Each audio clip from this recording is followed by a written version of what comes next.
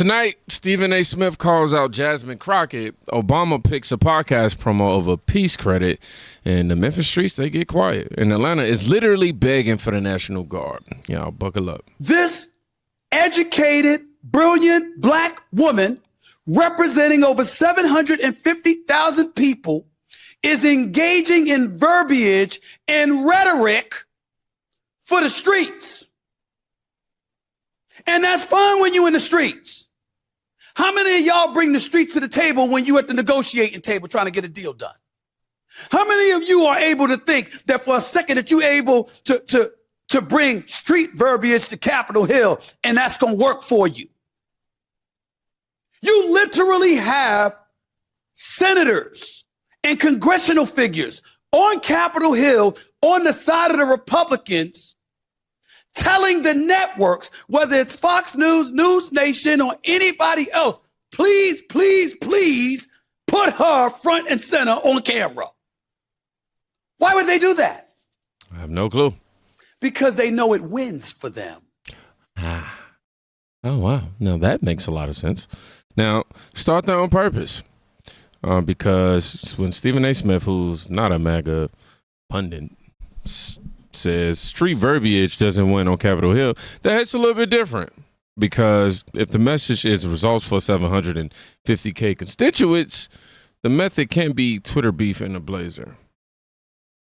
Now, I want y'all to watch what happens when the internet goes nuclear the other direction. Jasmine Crockett, you are such a whiny fucking bitch. For those of you that don't know, she posted on X, she says, oh, raising hell at home and then pretending to be the president of peace is diabolical. Well, you know what's really fucking diabolical? Aside from you sitting in Congress doing abso-fucking-lutely nothing except running your fucking gums, flapping your big fake fucking eyelashes and flipping your fake fucking hair, is the fact that you can sit in Congress and collect a paycheck and do nothing but bitch and fucking moan about the country that you're supposed to love, that you're supposed to represent, and the people that you're supposed to represent. All you do is bitch and fucking complain. And the best part of it is that you pretend to be this victim, that I'm a girl in the hood and I don't know how everybody does. You've had it better than 99% of the fucking people that I know, okay? That I had to fucking struggle. I didn't go to fucking law school. I don't sit in fucking Congress. I don't stomp my little fucking Louboutin all over the place and yell at the people in my office to get shit done for me like a spoiled fucking twat, which is exactly what you are. So maybe you should show some fucking gratitude that our people got freaking sent back, returned home and shit like that, and everything that the president did. He made fucking peace. You just want trouble. You just want war. You just want strife because you're a miserable fucking bitch. And you know what? There's a remedy for that. It's called the fucking Dean. Maybe if you got off your fucking high horse, somebody'd want to throw you one. Dumb bitch. Dang, I feel like I just got cursed out. Harsh? I mean, absolutely. But here's why it's even trending. It's not just insults. It's the accusation of doing nothing for the district. That's the through line you're going to hear again. Let's see the calmer version that went viral for the same reason. Enter Stephen A. Defenders. Everyone has an opinion, so here's mine. Stephen A. Smith has gone viral yet again, this time for telling the truth about Jasmine Crockett. And you already know, in the black community, he's officially canceled now. Not exactly sure why. I guess because there's that whole stay on code thing. Black people are under this myth that you have to stay on code and go along with nonsense. Even if 2 + 2 is 4, in the black community, it's 5. And if you say that it's 4, then you're canceled.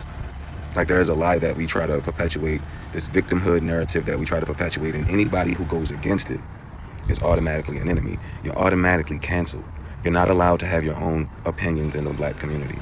Because if you go back and actually look at what Stephen A. Smith said, he wasn't being mean, rude, or disrespectful to her, but just asking simple questions. Like, if you're a rep in Texas, why are you never in Texas?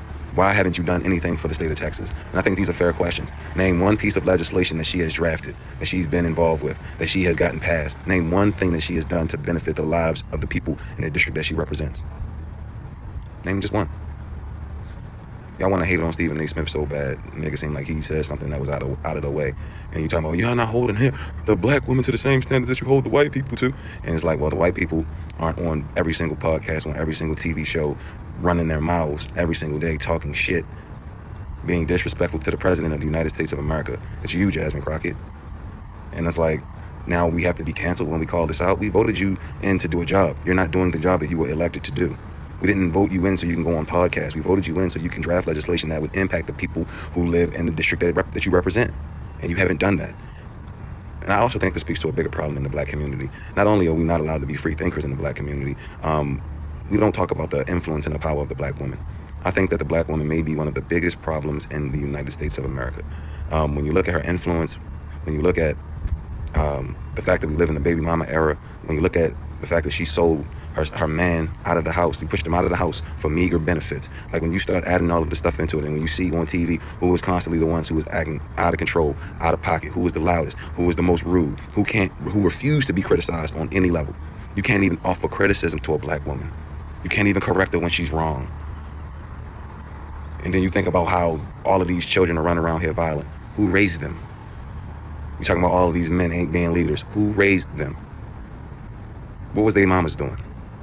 What were their mothers doing? See? When you point one finger, it's three of them bad boys point right back at you. Again, I ain't trying to hate on nobody. My mama black, but we got to be real and we got to keep it honest. Why can't we call out black women when they're not handling their business?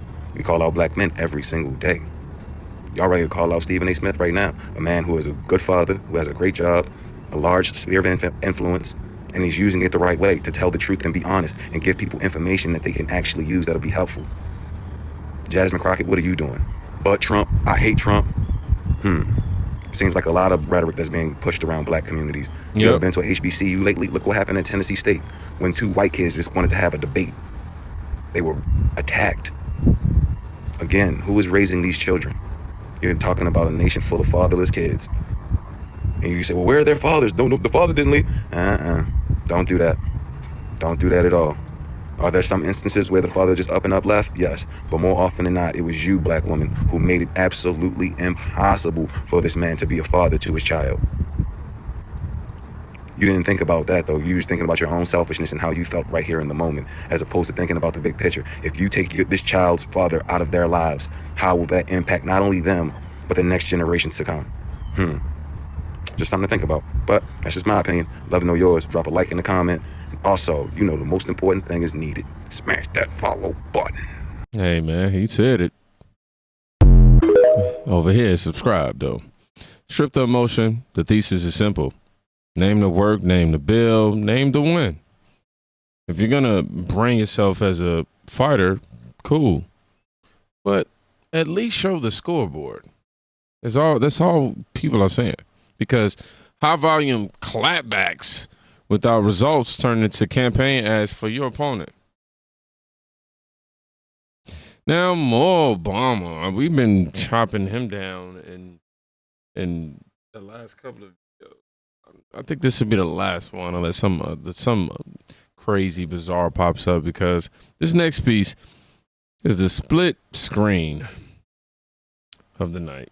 Yeah, we don't want kangaroo courts and trumped up charges. That's what happens in other places that we used to scold for doing that. We want like our court system and our Justice Department and our prosecutors to be, and our FBI to be, just playing things straight and looking at the facts and not meddling in politics the way we've seen lately. And I think if enough people start not just being in a fetal position, but also not worrying about it and detached from it, but being vigilant, but also saying, you know what, enough of this we can stand up to this. We can call it like we see it.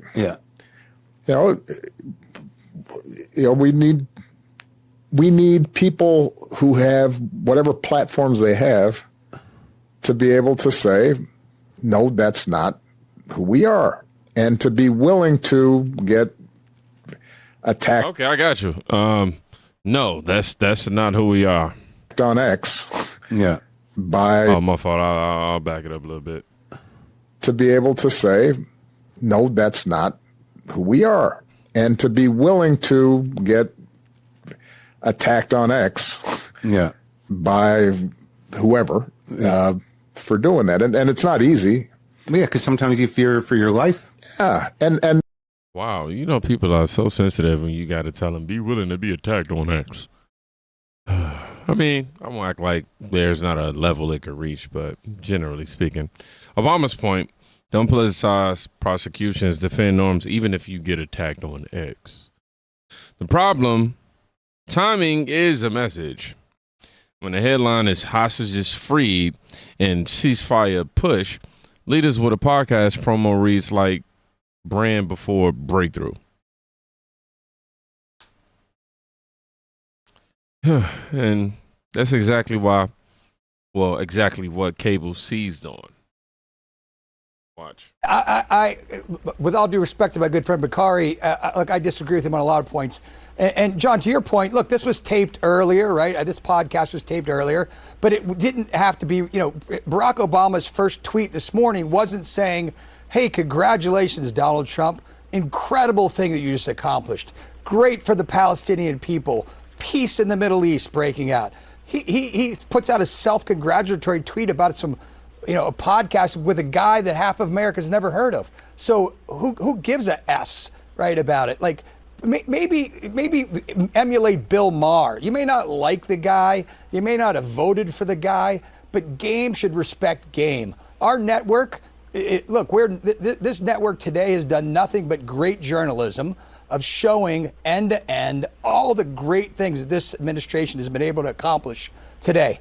The freed hostages, Palestinians returning home, the prospect of a durable and lasting Middle East peace, the people at Sharm el-Sheikh, all these leaders gathering because of why? Because Donald Trump's force of personality being there. So to Bakari's point, like, why now? It seems a little, if you've got this in the can, maybe ask him to hold it for a day. Maybe don't tweet that out the first thing. Maybe tweet out something like, congratulations, Mr. President. I've been in your shoes. I know how hard this is. Congratulations on getting it done. I know, right? Agree or not, that's how the audience heard it. Celebrate the win first, then sell apart.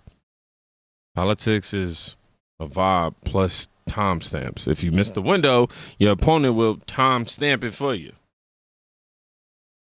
Okay. Talk is talk. Did anything actually change on the ground? Memphis, you're up again. Fool, I ain't even gonna care when I say this, bruh. But since they brought the National Guard down to Memphis, I ain't heard no screeching tires out late at night. I ain't heard no gunshots.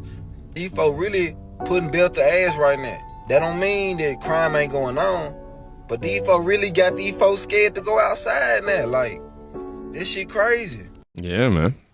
You can debate methods all day, but when locals, are getting on the camera and say nice, go quiet, no screeching, tires, fewer pops, people listen. Safety is definitely a universal language. And when one city calms down, another starts calling in a favor. This message is for Team Trump and the National Guards. Come to Atlanta. Come to Atlanta. Come to Atlanta. Yeah, come on. Y'all done clean Memphis up. I see so many videos of the Memphis motherfuckers happy. And as a homeowner, as a working man, as an entrepreneur, come to Atlanta. I beg of you. Get these YNs off these streets. Get these water boys off these streets. Come on. Because these males ain't doing shit. These motherfuckers ain't doing shit, Trump. Come to Atlanta. National Guard. Come on. Get these young niggas out of here. Get these YNs out of here. Come on. Come on. National Guard, I see the work you doing in Memphis. I'm not one of them niggas. I'm a black man. I'm not a nigga. I'm a black man. I ain't like these other. I don't give a fuck about all that. What the niggas say. I care about me walking outside, walking my dog without having to walk with a goddamn pew pew. Bring Atlanta back. Bring old Atlanta back. Get rid of these YNs and these single mom raising them. So let's do it, Trump. Bring the National Guard to Atlanta and send them motherfuckers right down there by the goddamn Mercedes-Benz Dome. Let them sit right there all through West End. Stay on up through there, all through West End by the Krispy Kreme. Right there. I know exactly Park what it you're right talking there about. by the West End Mall. Get them all. Get them. That's crazy. That's not a pundit. That's a homeowner. If your strategy turns residents into advocates, that's momentum you cannot fake at all.